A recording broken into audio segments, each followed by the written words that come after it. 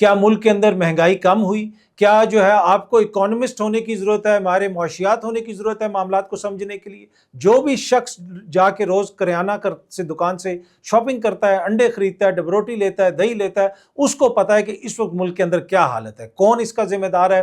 آپ نے تو بڑے بڑے وعدے کیے تھے کہ یہاں پہ انویسٹمنٹ آئے گی، کتنی انویسٹمنٹ آئی ہے؟ آ جائیں کوئی بھی وزیر آ کے بتائیں نا قوم کو کہ یو اے ای سے اتنے ارب آ گئے ہیں، کویت سے اتنے ارب آ گئے ہیں، تو یہاں پہ تو کوئی بھی انویسٹ نہیں کر رہا۔ ایس آئی ایف سی کے پلیٹ فارم کے اوپر جو لوگ انویسٹمنٹ کرنے کی کوشش بھی کر رہے ہیں، وہاں پہ بھی بیوروکریسی جو ہے ان کے بیچ میں معاملات ایسے ہیں کہ چیزیں آگے نہیں بڑھ پا رہی۔ تو میرے خیال میں معیشت کے لیے اگر اس وقت آپ کسی کو بلیم کر سکتے ہیں، انہی کو کر سکتے ہیں کہ جن کے ہاتھ میں خزانہ ہے۔ دیکھیں جو مریم نواز صاحبہ وہاں پہ لکھنے گئی تھی، ہوتا ہے سم ٹائم بندے کے ذہن میں کوئی چیز نہیں آ رہی ہوتی، لیکن وہ زیادہ امپورٹنٹ نہیں تھا۔ مریم نواز کی وہاں پہ جو ویڈیوز بن رہی تھیں، جو ٹک ٹاک پہ لگنی تھی، اس میں نظر آنا تھا جو انہوں نے کپڑے پہنے ہوئے، جو انہوں نے لباس پہنا ہوا ہے۔ جو ایکسپریس نیوز نے رپورٹ کیا کہ 35,000 روپے کا لباس ہے، وہ ایک ڈیزائنر کا انہوں نے نام بھی بتایا، ایکسپریس کی پوری وہ خبر لگی ہوئی ہے۔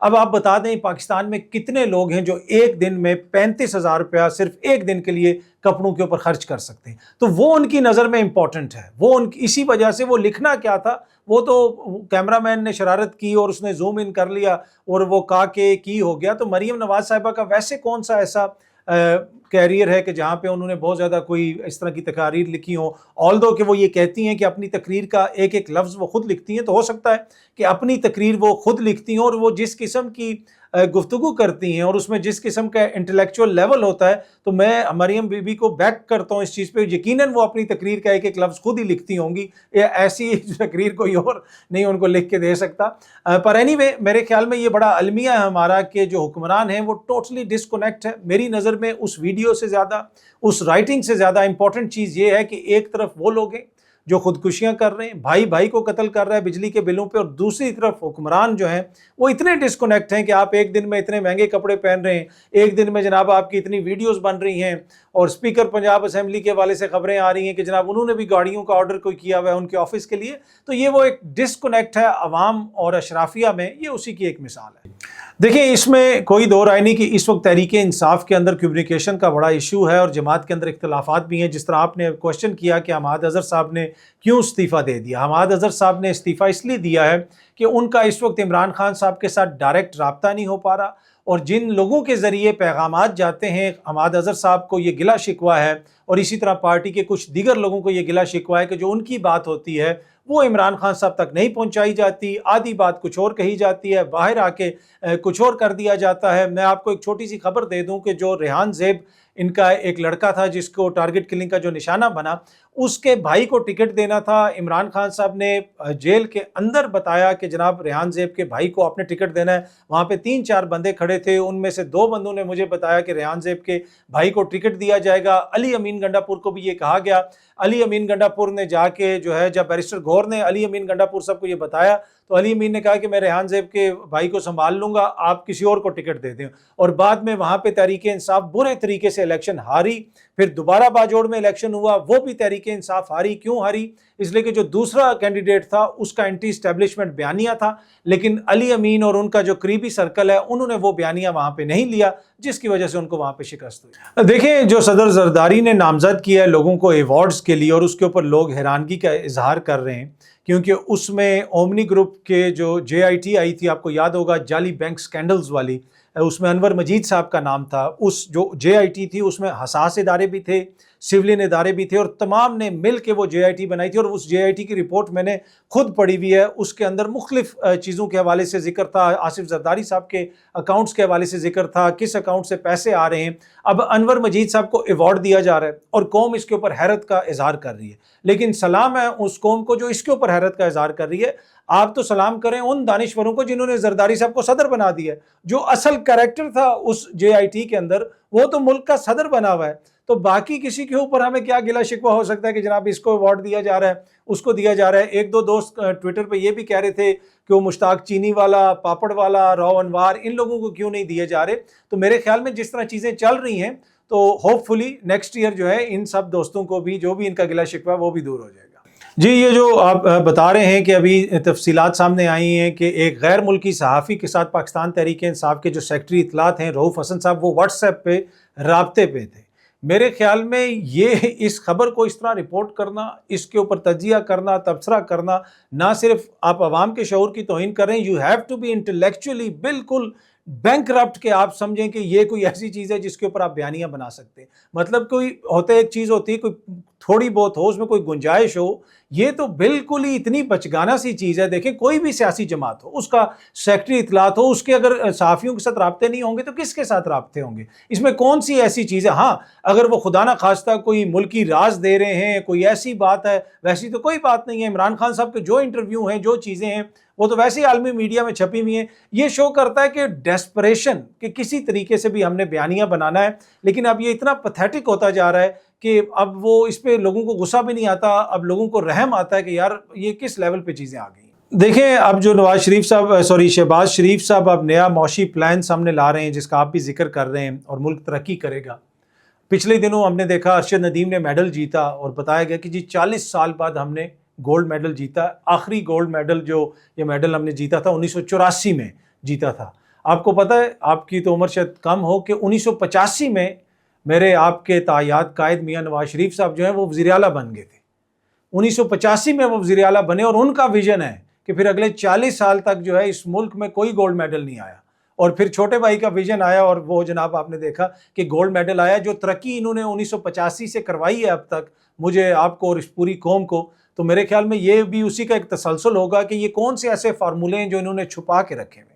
زرداری صاحب بھی کہتے ہیں میرے پاس ایک فارمولہ ہے کہ $100 ارب تو آ جائیں گے. وہ کس چیز کے لیے؟ آپ نے شبرات کے لیے رکھے ہوئے ہیں، پٹاخے خریدنے، ان سے کیا کرنا ہے آپ نے؟ آپ لائیں وہ قوم کو سامنے رکھیں جو بھی آپ کے پاس فارمولہ ہے. تو میرے خیال میں یہ بڑی بچگانہ سی اب ہماری ہوگی سوچ اگر ہم کہیں کہ ایک چیز آئے گی تو چیزیں تبدیل ہو جائیں گے. ایسا نہیں ہوتا، چیزیں ٹوٹیلٹی میں کام کرتی ہیں. آپ دیکھ لیں کیا انویسٹمنٹ اس وقت آ رہی ہے، مختلف حالات کس قسم کے معیشت کے. اگر کوئی ایسا فارمولہ ہے جس سے ملک میں ترقی آتی ہے تو یقیناً آپ سمیت مجھ سمیت پوری قوم جو ہے وہ ان کے پیچھے کھڑی ہوگی. لیکن 2 سال کی جو کارکردگی ہے وہ آپ کے بھی سامنے اور میرے بھی سامنے. نہیں، میں نہیں سمجھتا کہ تحریک انصاف اور مولانا جو ہیں وہ لانگ ٹرم ساتھ چل سکتے ہیں. وقتی طور پہ مفادات کا آپ کا اتحاد تو ہو سکتا ہے.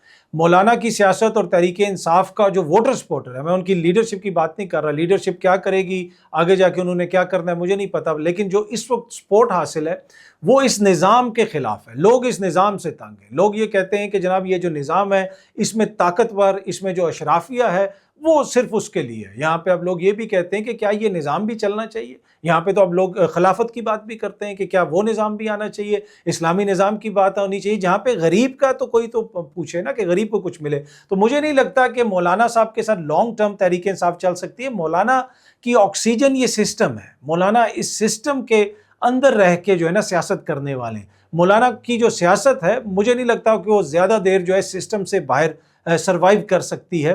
اور پاکستان تحریک انصاف کی جو سپورٹ ہے، میں اس کی جماعت کی بات نہیں کر رہا، جو عام ورکر ہے، عام جو عوام ہے، وہ اس نظام سے تنگ ہے، وہ اس نظام کی تبدیلی چاہتی ہے. اس میں کیا مولانا ان کے ساتھ چلیں گے؟ مجھے نہیں لگتا. نہیں، اگر شارٹ ٹرم ان کا کوئی الائنس بنتا ہے مختلف سیاسی جماعتوں کے ساتھ تو ضرور بننا چاہیے. سیاسی لوگ ہیں، آپس میں ایک دوسرے سے بات کرنی چاہیے. لیکن مجھے نہیں لگتا کہ یہ الائنس چل سکے گا. دیکھیں کوئی بھی چیز ہوتی ہے اس کی کچھ بنیاد ہوتی ہے، کچھ سرٹن چیزیں ہوتی ہیں، ان کو دیکھ کے آپ چیزوں کو آگے لے کے چلتے ہیں. ہاں اچکزئی صاحب کے ساتھ وہ چل سکتے ہیں، دیگر بہت سارے لوگ ہیں ان کے ساتھ وہ چل سکتے ہیں. مولانا کی جو سیاست ہے ہم اس کے اوپر کامنٹ کر رہے ہیں کہ آپ 90s سے دیکھ لیں، انہوں نے عورت کی حکمرانی کے خلاف بات کی، پھر وہ کشمیر کمیٹی کے چیئرمین بھی رہے، پھر ہر آنے والی حکومت کے اندر کسی نہ کسی طریقے سے وہ اپنا حصہ لیتے رہے. تو اسی وجہ سے میں عرض کر رہا ہوں کہ وہ ایک سسٹم کے اندر رہ کے سیاست کرتے ہیں. یہ کوئی ان کی ناکامی یا میں ان کی برائی نہیں کہہ رہا، یہ وہ ایک سسٹم ہے جو چل رہا ہے، اس کے اندر وہ سیاست کرتے ہیں. جو پچھلی پی ڈی ایم کی حکومت تھی ماشاءاللہ سب سے اچھی اور تگڑی منسٹری ان کے صاحبزادے کے پاس تھی. تو اب مولانا کس منہ سے ایک دم سے کہہ رہے ہیں کہ جی ہم اینٹی اسٹیبلشمنٹ ہو گئے؟ کیا سب کو اس وقت نہیں پتا تھا کہ اسٹیبلشمنٹ کا کیا کردار ہے عمران خان صاحب کو فارغ کرنے میں؟ تو اس وقت تو مولانا صاحب کی ان سے ملاقاتیں بھی ہوتی تھی، سب کچھ تھا. تو اب کیا ایشو ہے؟ اب ایشو یہ ہے کہ میں آپ کو چھوٹی سی خبر دے دیتا ہوں کہ مولانا کی جماعت کے ایک بڑے سینئر بندے نے مجھے بتایا کہ جب بات چیت ہوئی تو بات یہ ڈسکس ہوئی کہ مولانا جس طرح ڈی آئی خان سے ہارے ہیں، اگر اسی طریقے سے ہم یہ اسٹیبلشمنٹ والا بیانیہ لے کے ہمارے اوپر لوگ الزامات لگاتے رہے جس طرح پی ڈی ایم کی حکومت کا حصہ تھے، تو اگلی دفعہ ہم پشین سے بھی مولانا کو نہیں جتوا سکیں گے. تو لہٰذا ضروری ہے کہ ہم ویسے بھی اس وقت حکومت میں تو کچھ ہے نہیں ہے، تو تھوڑا سا اپنے آپ کو اپنی سیاست کو تبدیل کریں اور وہ بیانیاں بنائیں کہ ہم عوام کے ساتھ کھڑیں. تو مجھے اس آرگیومنٹ میں وزن نظر آتا ہے. مجھے نہیں لگتا کہ یہ کوئی لانگ ٹرم چیز. دیکھیں جس طرح آپ نے کہا کہ کچھ لوگ غائب ہیں، اظہر مشوانی کے بھائیوں کا آپ نے ذکر کیا، پہلے ڈاکٹر شہباز گل صاحب کے بھائی کا تھا، پھر اون علی کھوسا جو ہے جس نے بل پاکستان گانا گایا وہ بھی غائب ہے. تو یہ سارے معاملات اب کورٹس کے اندر ہیں، کورٹس اس کو دیکھ رہی ہیں. میرے خیال میں بڑا انفارچونیٹ ہے. اگر کسی نے خدا نخواستہ آئین اور قانون کی خلاف ورزی کی ہے تو اس کے خلاف کارروائی ہونی چاہیے. پاکستان میں کوئی بھی آئین اور قانون سے ماورا حرکت نہیں کر سکتا، چاہے وہ نواز شریف صاحب ہوں، عمران خان صاحب ہوں یا کوئی اور ہو. لیکن اس طریقے سے اگر آپ یہ ایک میسج یہ دیں کہ لوگوں کو ویسے اٹھا لیا جاتا ہے، کبھی کسی شاعر کی خبر آ جاتی ہے، کبھی کسی اور کی خبر آ جاتی ہے، تو میرے خیال میں یہ بڑی پرابلمٹک چیز ہے. اور اس کے اوپر عدالتوں نے تو اب کافی زیادہ سٹانس لیا، لیکن جو پولیٹیکل سائیڈ ہے حکومت کی، وہاں پہ ہمیں بہت زیادہ کمزوری نظر آتی ہے. وہ اس طرح کی چیزوں کو جسٹیفائی کرتے رہتے ہیں اور اس طرح کی چیزوں کے اوپر مختلف توجیہات پیش کرتے ہیں. پھر ہم یہ بھی دیکھتے ہیں کہ صحافت کے اندر بھی لوگ اس کے اوپر مختلف مثالیں دے رہے ہوتے ہیں کہ جی یہ مل گیا، وہ ادھر سے یہ ہو گیا، وہ ہو گیا. نہیں، سرٹن چیزیں ہیں. آئین اور قانون ہم سب کے لیے مقدم ہونا چاہیے. ہر کسی کا رائٹ ہے، نظریات اپنے اپنے ہو سکتے ہیں. میرے خیال میں بڑا انفارچونیٹ ہے جو اس طرح کے حالات. دیکھیں اس سارے ماحول میں اگر کوئی سب سے بڑی بینیفیشری ہے نا، وہ پاکستان پیپلز پارٹی ہے. نون لیگ والوں کا تو کیپٹل جتنا تھا وہ کتنا پیچھے رہ گیا، سیاسی کیپٹل وہ ہمارے سامنے ہے. تاثر یہ دیتے ہیں کہ جیسے جمہوریت پسند صرف یہ ہیں، جمہوریت ان کو پتہ ہے، جمہوریت کی قربانیاں ان کے لیے. لیکن جو کچھ بھی اس وقت ہو رہا ہے، جو کچھ بھی ہو رہا ہے اس وقت، جو عدلیہ پہ حملہ ہو رہا ہے، اس میں صف اول کا دستہ جو ہے بلاول صاحب اس کو لیڈ کر رہے ہیں. پارلیمنٹ میں وہ تقریریں کرتے ہیں، ان کے دیگر جو لیڈران ہیں وہ جس قسم کی تقریریں کرتے ہیں. تو پیپلز پارٹی تو اصل اگر کوئی بینیفیشری ہے اس سسٹم کی کہ جناب حکومت میں بھی بیٹھے ہوئے ہیں، زرداری صاحب صدر بھی بن گئے ہیں، اومنی گروپ والوں کو جناب وہ ایوارڈ بھی دے رہے ہیں، ہر کسی کو ایوارڈ بھی وہ دے رہے ہیں، اور ایٹ دا سیم ٹائم وہ یہ کہتے ہیں کہ جی زرداری صاحب کوشش کریں گے اور یہ سارے معاملات حل ہو جائیں گے اور حکومت سے بھی بات کریں گے. نہیں، اس وقت ملک میں پریکٹیکلی بلاول کی حکومت ہے، زرداری صاحب کی حکومت ہے، شہباز شریف صاحب کی حکومت ہے. یہ ان سب کا اتنا ہی کردار ہے جتنا ایک حکومت کا ہوتا ہے.